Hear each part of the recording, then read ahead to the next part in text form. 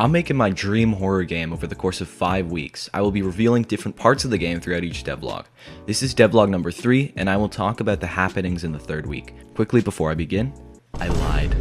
Turns out there's some legal stuff that I need to do to put my game on Steam, which I have no idea how to do, and the store page is not out yet. Steam page next week, please wishlist it for the next devlog. With that being said, you know the drill by now. Day 1 was making the 2nd devlog, which once again you don't need to watch to understand, but it would be very much appreciated. If you don't know, big spider chasing you through spooky maze. I refuse to comprehend that making this took me 2 weeks. Day 2 was probably the most productive day in a while.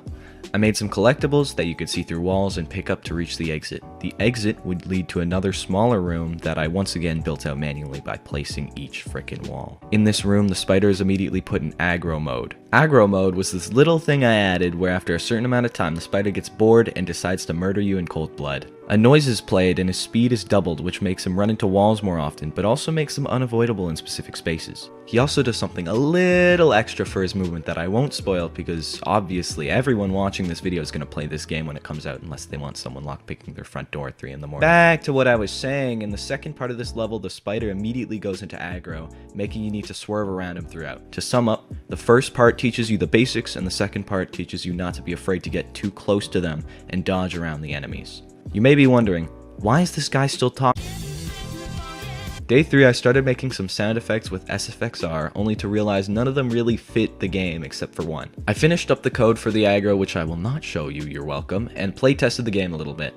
I hadn't really tested the aggro mode before this and I had no idea what to expect, so the little surprise I was talking about earlier really got me. For the next hour and a half I fixed a stupid easy bug that almost drove me to insanity, and I started making the atmosphere. I started by modeling a ceiling light in Blender and tried placing a bunch of real-time lights, not realizing how resource intensive it was. After I realized I just made a game that could blow up a NASA supercomputer, I decided to switch to baked lights.